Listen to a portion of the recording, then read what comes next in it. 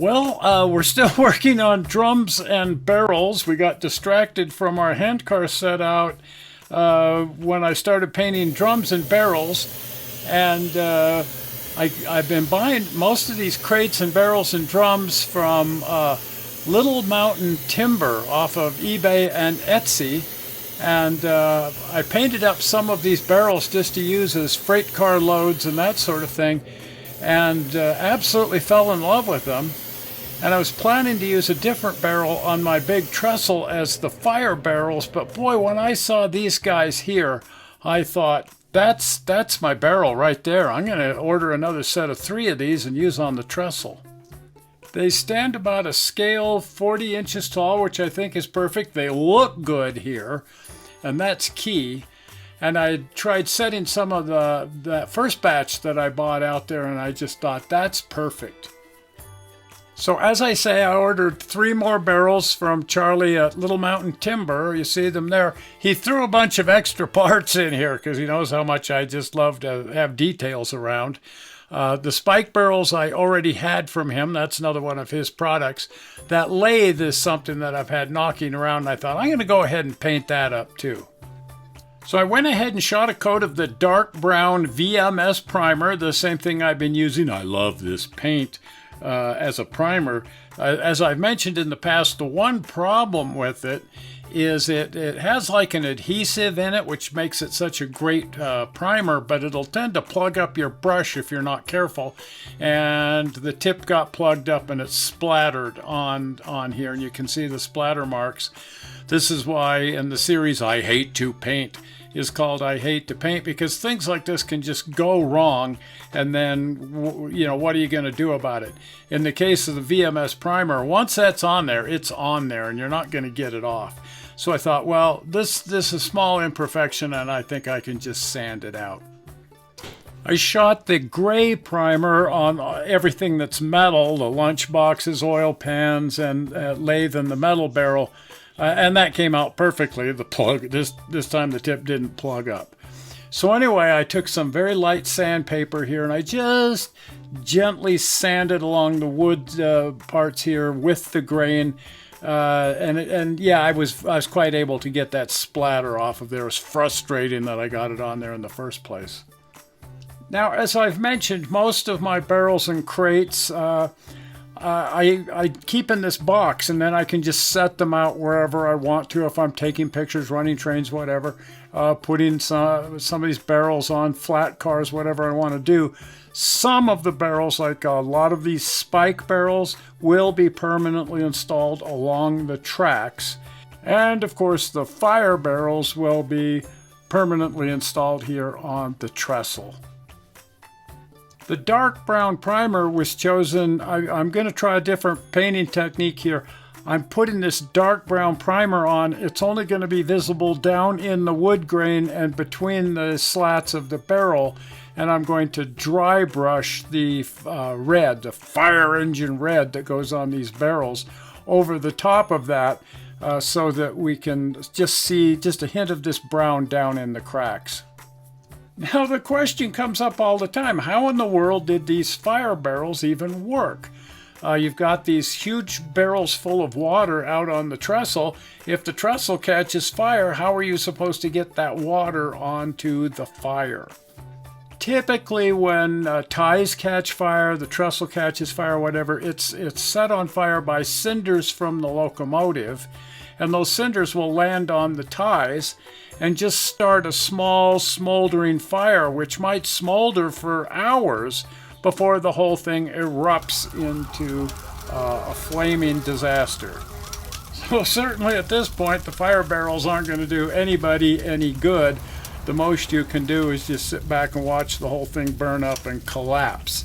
So what they would do is the locomotive, the crew would bring the train across the trestle very slowly, which they're going to do anyway. And then the tail end crew, remember when they used to have people in a caboose at the back of the train, they would look out the back and look for any sign of smoldering fire on the ties behind the train as they crossed the trestle. And if they saw that, they could alert the locomotive crew to back the train up to one of these barrels, and then they could scoop water out of it using a bucket, run over to the smoldering ties, and quickly put the fire out before it became too big to deal with. Buckets would be kept, of course, on the caboose, the crummy, as they say. Fire buckets could be handy no matter what on the caboose. So there's no need to keep buckets on the trestle. They'd probably get blown away or lost or something anyway. Nothing's going to happen to these huge barrels. They're pretty much planted out there. You just need to make sure they're full of water. So again, here are the barrels that I've already painted.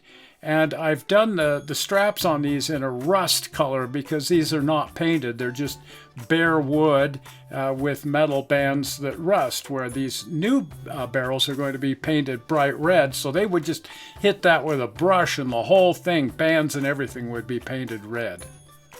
So I'm going to be using these craft acrylics, cheap apple barrel craft acrylics from the craft store.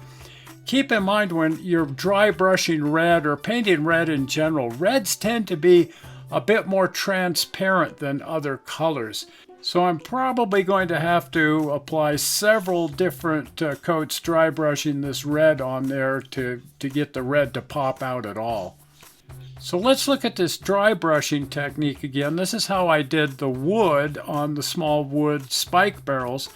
So you get a little paint onto the brush, and then you remove 99% of it here on a paper towel. You just want a bit of paint residue left in your brush, and then you come in here and kind of scrub it back and forth. It's very hard on the brush, but we just want to apply a little bit of surface color on here and let the dark colors show through down in the cracks. We just want this color to apply to the higher areas. And because we're just sort of highlighting things, what I like to do is start with a more medium color and then go lighter and lighter with each coat of dry brushing. And that really gets the details to pop. But you can see how I'm going across the grain, across the gaps, so that I don't get the dry brush down into the gaps and into the wood grain, so that it brings those details out. Okay, so here's the first coat of dry brushing barrel on the left there. And like I say, these red colors tend to be much more transparent. You can see it's like hardly even noticeable. So I tried to get a little more paint on this first coat. So here's the 3 barrels with the first coat applied. Now the second coat starts to bring the color out. So the barrel here on the left has 2 coats on it, and we're starting to get some red there, but not nearly enough. Now I'm going to do something a little bit extreme. The next coat is going to be almost sort of a pink. I'm mixing in a little bit of tan with my red on the 2 barrels on the right here, and you can see it's not a finished color that I would want. But the barrel here on the left has the final coat over the pink, so I'm back to just a pure fire engine red. And because these colors are somewhat transparent, that pink is making the fire engine red really pop. So there's my final product right there, 4 different coats of red. And I finally have it's a nice weathered red, but it still looks fresh enough that it looks like a nice, well-maintained fire barrel when I put it out on the trestle. I wouldn't want these things to look too beat up. Now notice also these are whiskey barrels, and so they have a bung hole in the side with a plug. A fire barrel wouldn't have that. So I'm just going to turn that plug toward the track where you can't really see it, as opposed to trying to remove it. Or I'll just hide it by turning it away from the front. I sure feel more comfortable now that I have fire barrels out on this giant trestle. I wouldn't want the whole thing going up in flames and falling onto the Gardner Mill below. I also need to put finishing the scenery in here move it up on my to-do list. I'd rather have it over on my to-done list. I like to follow our website. It's a Facebook page called Stupid Signs. One of the stupid signs would be writing fire on the side of a fire barrel, as if somebody wouldn't figure out that that's what it is sitting out there. But a lot of these did have fire written on the side in white letters, and so of course I'm going to do that. I'm using Woodland Scenics dry transfer lettering here. I know some people don't care much for dry transfer. I love dry transfer. It's so much easier to work with than wet slide, and the end product looks so much better if you get it on there correctly. But they're a little bit tricky to use, but not terribly so. I wasn't quite sure which size to use. This is the medium-sized letter, and it's way too small. I think we need a much bigger, bolder letter. So I switched over to the large letters. And unfortunately, I got these on here rather crooked. At least I like the size, but I took those letters off and started over. And I'm using some blue painter's tape now to create a nice straight line across here so that I don't get my letters all in a big jumble like that. So each letter is lined carefully now to the blue painter's tape. This would be much simpler if I didn't have this neurological problem creating these tremors in my hand like this. But I can still get her done. It's just it's a lot more challenging now than it used to be. But very carefully get the letter lined up where I want it, and then once I have it exactly in place, I'm going to burnish that down just using a number 2 pencil. People have used all kinds of different tools for doing this, but the absolute best one is simply a number 2 pencil. It's got a nice smooth end that isn't going to tear the decal material here, and it's absolutely the best tool to use for dry transfer lettering. You can pretty much tell as this is coming off of the backing sheet. You can sort of see that it's loose, and then you very, very carefully pull the backing sheet away, and then you have to press the decal down. I just do this with my finger here and get it worked down into the wood grain. Now the decal sheet only came with 2 F's, and I had already ruined one of those, so I'm going to cut down one of these E's into an F.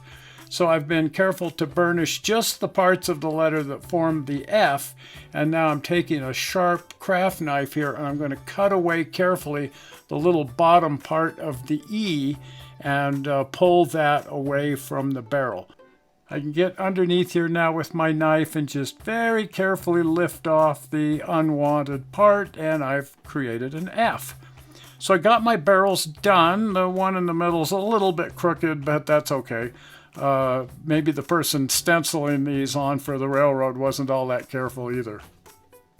Now these are rather fragile, and so I'm taking them over to the paint booth and I'm going to shoot a clear coat over the top. My preference is to use Tester's Dull Coat. I've been using this stuff forever. I absolutely love it. And it dries to a nice, mostly flat, slightly satin finish. It just has a great look. And I put a couple of coats on here, and that will really protect my decals. It goes on here quite glossy, of course, but within about 2 minutes it glosses off and you can see your final finish right there. As I say, not completely flat, almost a satin, kind of a cross between a satin and a flat. It just really looks nice on there. I love Tester's Dull Coat. There will be some railings around these barrels to keep the barrels from falling off the trestle, but also to keep any people using a bucket in here from falling to their death as well. I'm very happy with the final result, however. I think these turned out just great. These are a little bit larger than the barrels I had originally planned to use, and I'm much more happy with these. I like the larger barrel. I think that looks much better.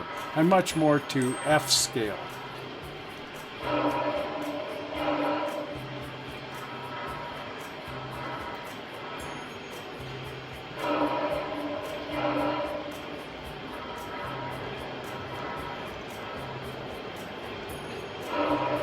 Well, there you have it, fire barrels. I'm still working on drums and crates and barrels and so on.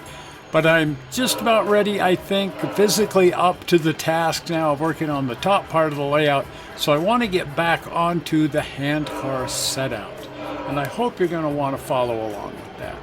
And so if you're not a subscriber to the channel, please hit the upcoming subscribe button. Zoink! Right there, the subscribe button. Well, we're not sure how you found this video on the internet. We hope you didn't find it boring. And Karen and I will see you here next Sunday. We'll see you then. Bye-bye.